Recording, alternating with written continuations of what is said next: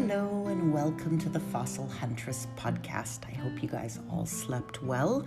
I woke up this morning thinking about green sea turtles, so we'll have to do up a post and a podcast on that. I also wanted to acknowledge and thank you. So while we were sleeping, we crossed over the 1 month mark of the Fossil Huntress Podcast. And in that time, we've done 26 episodes. So today is the new month, and today's the 27th episode. But over the course of that first month, we welcomed 26 countries. So I'm thinking about you as you have this shared passion of rocks and fossils with me.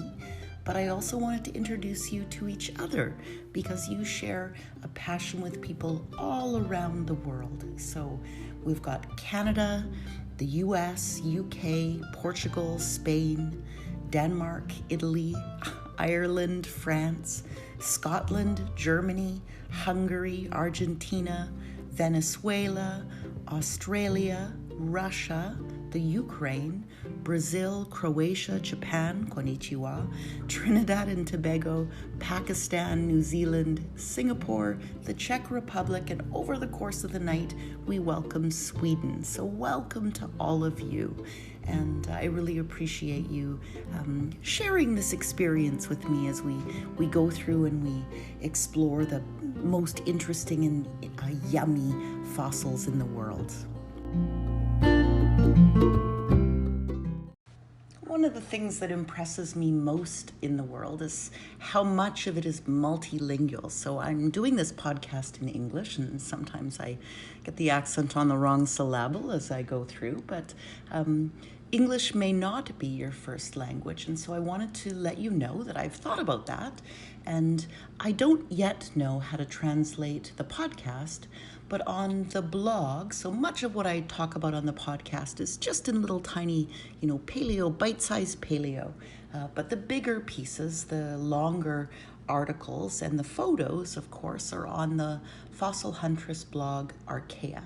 So on there, I've put a bunch of resources, but I've just added and moved up a translate button, and I just tested it this morning, and it works.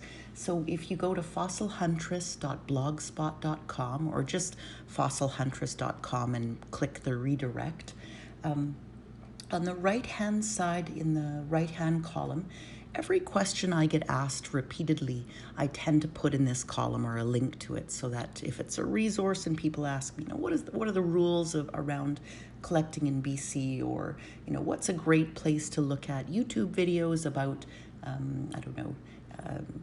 teaching in certain areas of paleo or paleoecology or something, I'll put a link.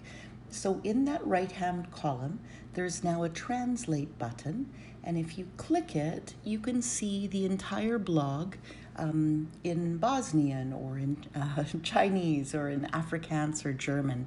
The things that won't translate will be my colloquialisms. So if I use an expression, it'll look a little bit odd. But other than that, you can see all of what I write in your native tongue. So I hope that's helpful. And I'm still really impressed for the broad spread of the world that you come from and how much of you are listening in English. So kudos to you, because you probably are little smarty parties and speak 3 or 4 languages.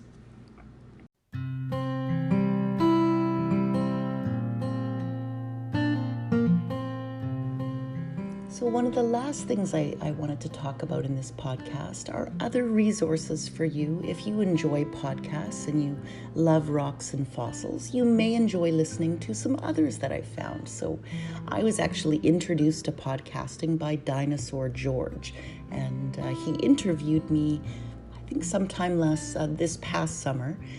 It was about a 40-minute interview where he asks you questions about your favorite sites, and he's got a more interview format. One of the reasons I haven't had anybody on this show is I haven't figured out how to do a recording on telephone and do a podcast that way, but I'll figure that someday. But if you like that style, sort of a little deeper exploration with one or two people being interviewed in their area of expertise and what they love about their work, then I recommend the podcast by Dinosaur George.